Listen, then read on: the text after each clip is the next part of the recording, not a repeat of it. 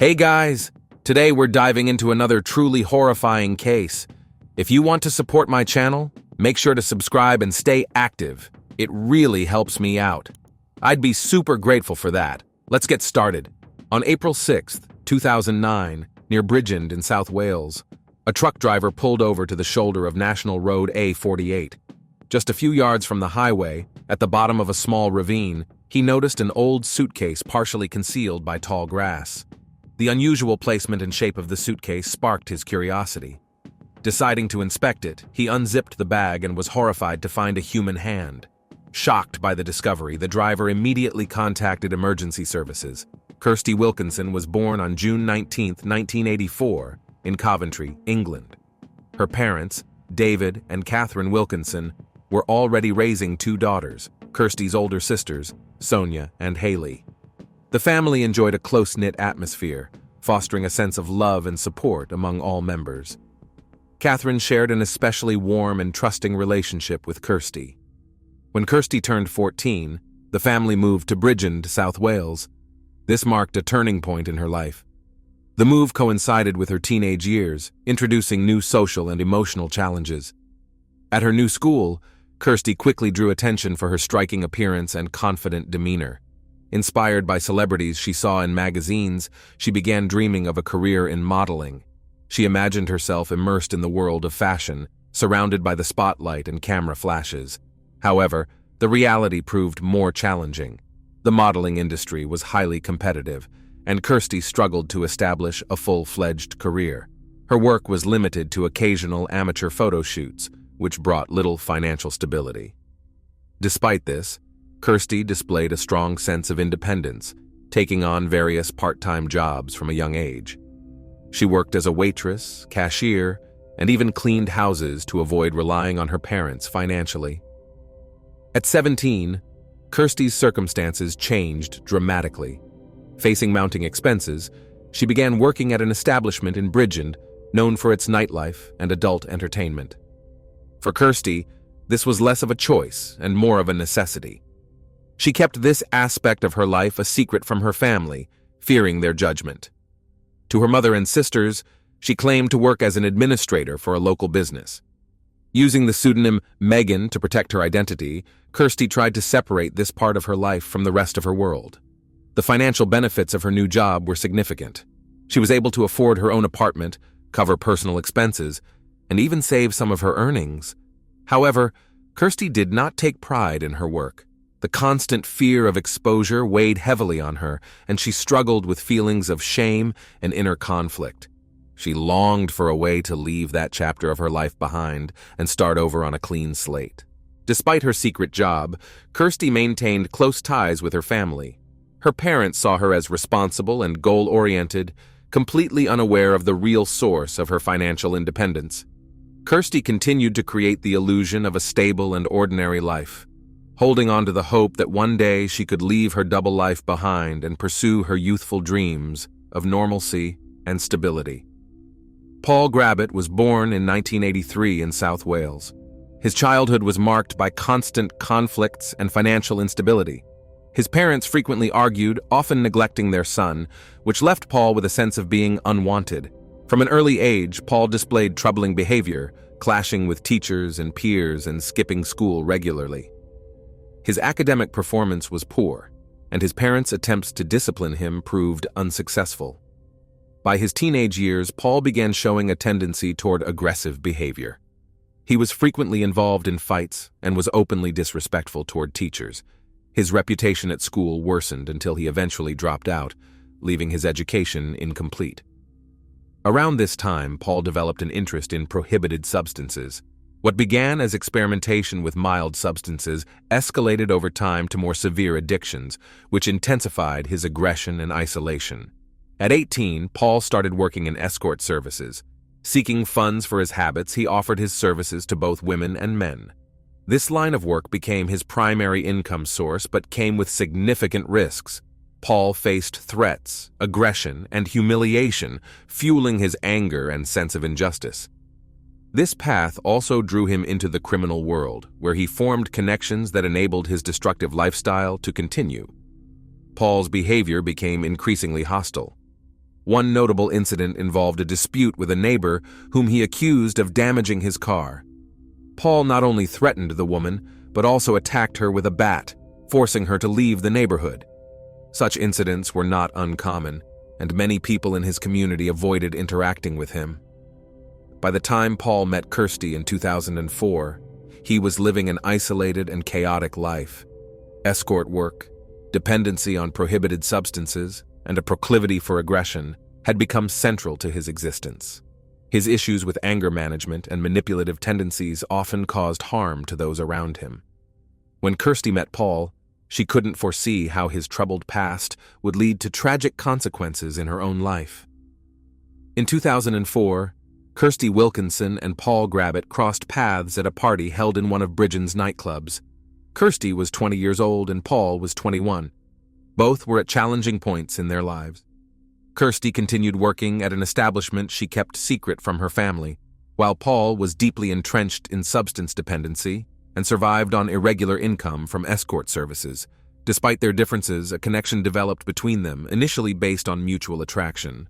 Their first meeting was purely coincidental. The party was loud, and mutual friends introduced them to one another. Kirsty was drawn to Paul's confidence, while he was captivated by her appearance and charming smile. They spent the evening together, but it didn't lead to any serious commitments. After that night, they kept in touch occasionally but didn't maintain a close relationship. For Kirsty, it was just a fleeting moment in her life with no promise of significant changes. Their connection rekindled at the end of 2007, 3 years after their initial encounter, under unusual circumstances. Paul, as a client, happened to visit the same establishment where Kirsty worked. She was using her pseudonym Megan, but Paul recognized her and approached her for a conversation. Their initial exchange was awkward, but it soon turned into a friendly chat. Paul mentioned that he had often thought about her since their first meeting and suggested they see each other outside of work. From that point, their relationship began to develop rapidly. They started spending more time together, going for walks and sharing personal stories. Kirsty, who had kept her professional life hidden from those close to her, found in Paul someone who seemed to understand and accept her without judgment. Paul, in turn, displayed confidence and charm, masking the troubled aspects of his past. Kirsty quickly started believing that Paul could be her prince, someone who would help her turn her life around. She was impressed by his talk of wanting to change his life and settle down to start a family. The understanding she thought they shared gave her hope that her life could improve. Paul skillfully fed into this romantic fantasy, often boasting about his alleged achievements, including past jobs as a mechanic, a race car driver, and even a dancer. However, despite the outward appearance of harmony, their relationship was built on half-truths from the start. Paul knew about Kirsty's profession, but kept his true motives hidden. To him, she represented not just a romantic interest, but also a potential financial safety net. Kirsty, on the other hand, trusted in the sincerity of their bond and began to confide in Paul more than she had in anyone else. In December 2007, just weeks after reconnecting with Paul, Kirsty surprised her mother, Catherine, by announcing her engagement. According to Kirsty, Paul had proposed and she had accepted without hesitation. Kirsty believed she had found the man of her dreams, someone who would embrace her for who she was, despite her secret life. The news came as a complete shock to her family, as none of them were even aware of Paul's existence. Catherine immediately expressed her concerns. She felt the relationship was moving too quickly, and that Kirsty didn't know Paul well enough. She urged her daughter to delay the wedding to allow more time to understand Paul's character and intentions. Catherine suggested postponing the ceremony for at least a few months, but Kirsty was adamant. She and Paul had already chosen a date, February 2008, just 5 weeks after their engagement announcement. The family's first meeting with Paul only heightened their concerns. When Kirsty brought him home, he made a poor impression. Paul appeared disheveled, dressed casually, and interacted with Kirsty's parents with a noticeable lack of respect. His stories about his life raised red flags. He claimed to have worked as a mechanic, a race car driver, and even a dancer, but none of these claims could be substantiated. It seemed as though Paul was trying to impress them by exaggerating his achievements. However, his tone and demeanor left Kirsty's family feeling uneasy. Kirsty's parents, Catherine and David, tried to dissuade her from rushing into the relationship.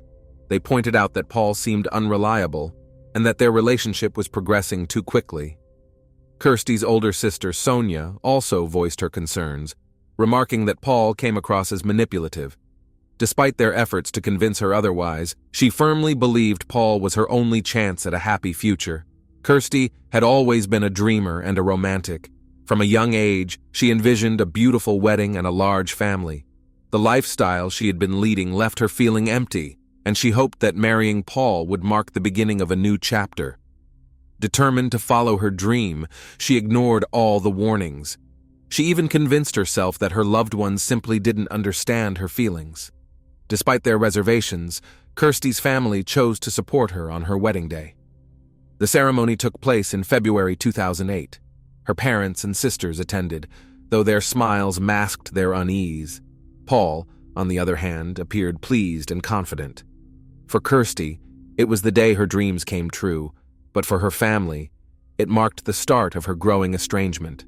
They felt she was overlooking the troubling signs that would later lead to tragic consequences. After the wedding in February 2008, Kirsty and Paul began their life together in her apartment in Bridgend. From the outset, Paul imposed his own rules, which quickly escalated into complete control. He moved into Kirsty's home without discussion and immediately took charge of her finances. Paul insisted on gaining access to her bank account, claiming it was necessary to manage their money more effectively. Kirsty, still caught up in her romantic fantasy, didn't object. It soon became evident that Paul had no intention of contributing to their shared well-being. He made no effort to find a job and spent most of his time at home while Kirsty continued working to support them both. Furthermore, Paul began interfering in her professional life. Instead of discouraging her work, he suggested she take on more clients to increase their income. To him, this was a way to cover their growing expenses, showing no regard for Kirsty's feelings or well-being. Paul's control extended beyond words. He began accompanying Kirsty to her workplace under the guise of ensuring her safety, but in reality, to monitor her schedule and ensure she met his demands. Over time, he started finding new clients for her online. Paul created multiple accounts on various platforms, advertising Kirsty's services. As a result, her workload became even more demanding. On top of her shifts at the establishment, she started meeting clients at home. This situation quickly became emotionally devastating for Kirsty. She had long dreamed of leaving her line of work, starting a fresh chapter and building a family. However, under Paul's pressure, those dreams seemed unattainable. Despite her reluctance to continue, Paul used persuasion and manipulation to convince her that this was the only way to maintain their relationship and financial stability. He exploited her sense of responsibility and love for him as leverage. Paul's control was not limited to finances. He also began interfering in her personal life. He demanded explanations for her every move, checked her phone, and forbade her from speaking with certain friends. He insisted that some of them had a negative influence on their relationship. Gradually, Kirsty became isolated, left without support or anyone to confide in.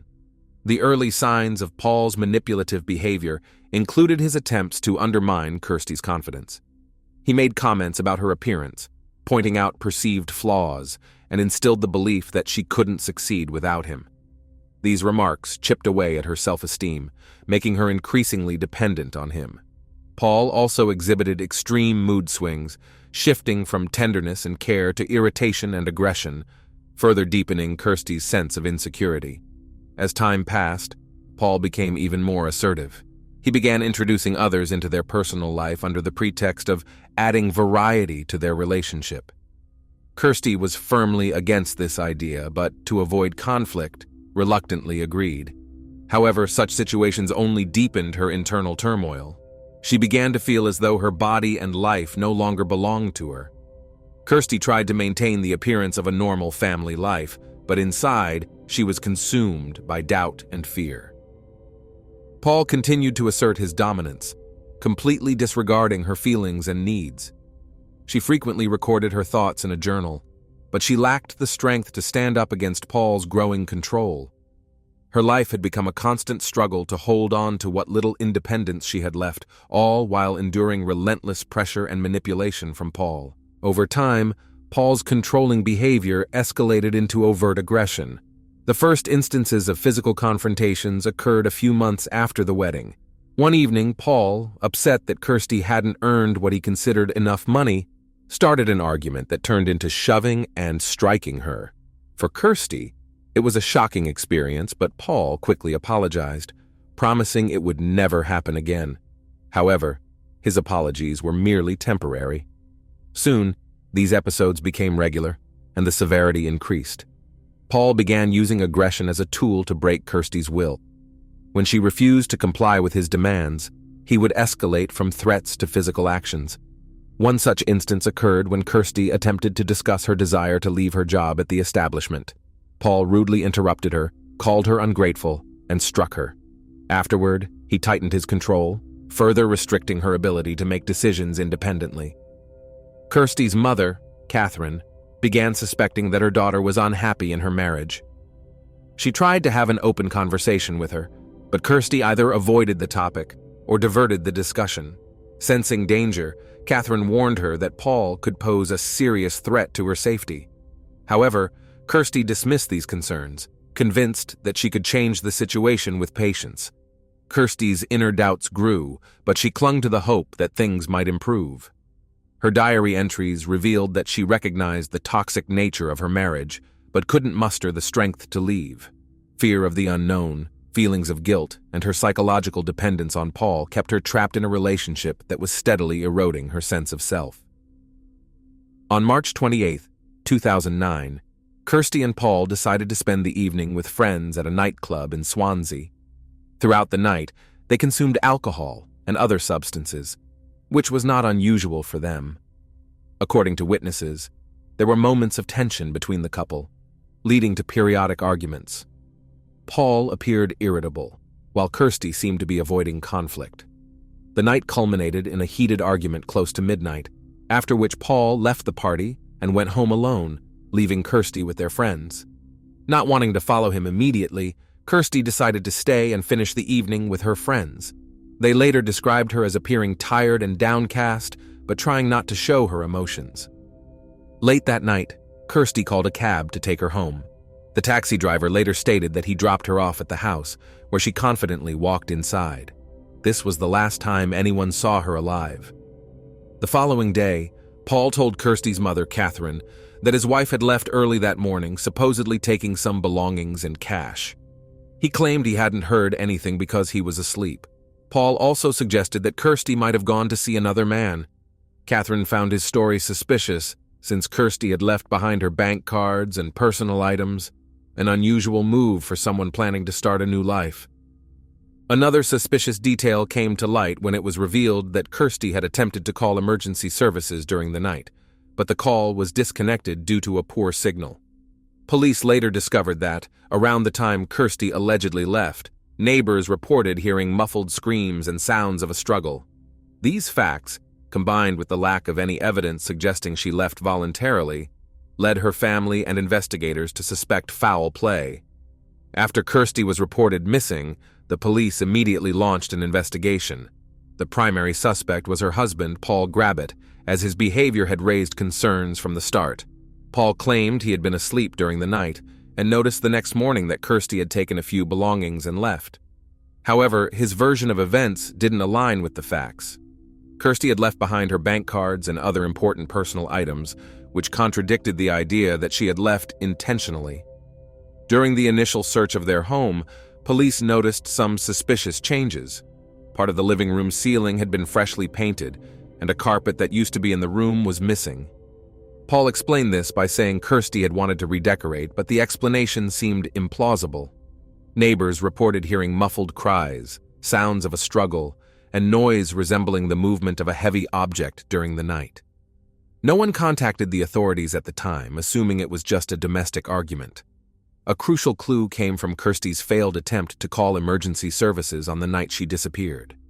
Investigators determined that the call was interrupted, but the fact that she tried to reach out for help suggested she was in danger. This, combined with the neighbors' testimonies, further heightened suspicions about Paul's involvement. On April 6, 2009, the investigation took a tragic turn. A truck driver who had pulled over on the shoulder of the A48 near Bridgend noticed a suitcase lying in a roadside ditch.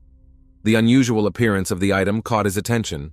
Upon opening the suitcase, he discovered a human hand.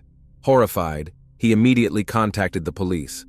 When officers arrived, they found the body of a woman inside the suitcase. Experts later identified the victim as Kirsty Wilkinson. An examination of the body revealed that Kirsty had suffered severe injuries. Her nose and jaw were broken, and her body showed numerous bruises and scratches. She died from a traumatic brain injury caused by repeated blows to the head. Additionally, there were signs of strangulation, indicating an attempt to asphyxiate her during the altercation. Investigators determined that her body had been moved from another location before being left in the ditch. On the same day, police arrested Paul.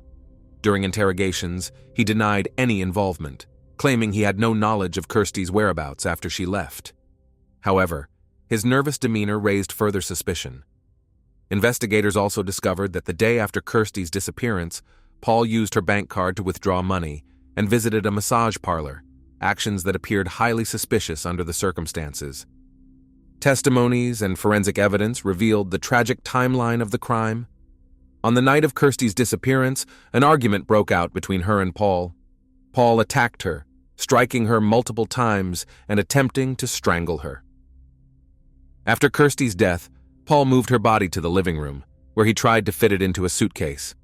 Facing difficulties due to the size of her body, Paul initially considered dismembering it, but abandoned the idea, lacking the necessary tools. Ultimately, he managed to force her body into the suitcase and transported it to a roadside ditch where he disposed of it. Later, traces of blood were found in Kirsty's home, which Paul had unsuccessfully tried to clean.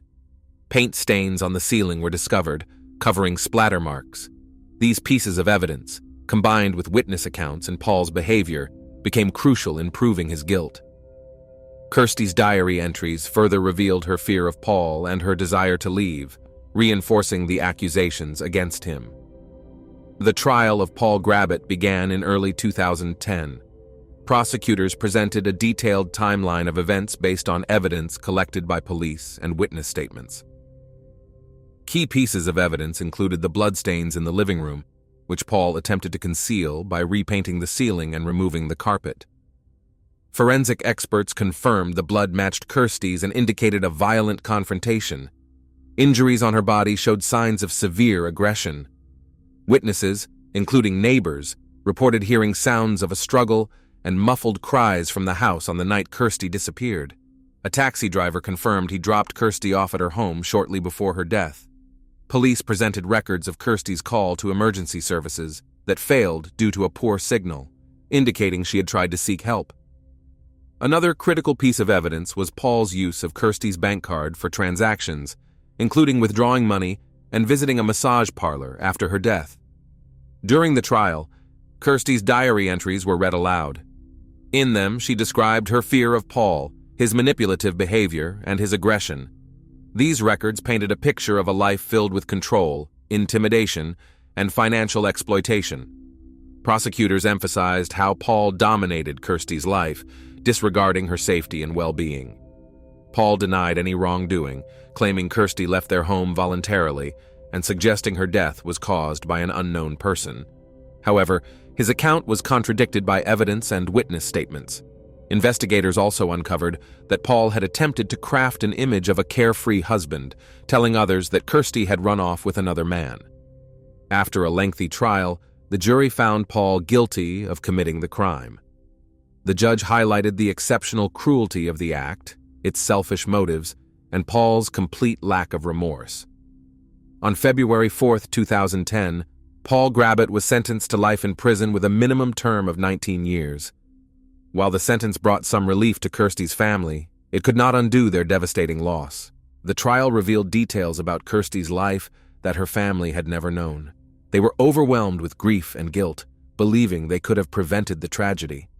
For them, the proceedings were not only the conclusion of the case, but also a painful reminder of the devastating impact of toxic relationships and control. After Kirsty's death, the Wilkinson family was left deeply scarred, both emotionally and psychologically. Her mother, Catherine, struggled with a constant sense of guilt. She replayed in her mind all the warnings she had given Kirsty, the words her daughter had ignored, and her gut feeling that Paul was a danger to her. These thoughts consumed her, amplifying the pain of the loss. Kirsty's father, David, withdrew into himself, avoiding any discussions about the tragedy. Losing their youngest daughter shattered the unity of their family. Kirsty's older sister, Haley, was profoundly affected by her death. The two had always been close, and the loss left a void in Haley's life that she struggled to fill. Unable to cope with the growing weight of her depression and feelings of helplessness, Haley turned to alcohol in an attempt to numb the pain. 5 years after Kirsty's death, Haley passed away from alcohol poisoning at the age of just 31. This second tragedy struck the Wilkinson family with another devastating blow, leaving them mourning yet another daughter. For Sonia, Kirsty's other sister, the loss was a harsh lesson on the importance of protecting loved ones. She tried to support her parents but carried her own deep sense of sorrow. The Wilkinson family was left with a wound that no verdict or sentence could heal. The tragedy destroyed their lives, leaving behind a lasting mark that they would carry with them forever. Thanks for watching, everyone. Your support means a lot to me, and you can help my channel grow by hitting that like button, dropping a comment, and sharing this video. Your engagement really makes a difference. See you soon.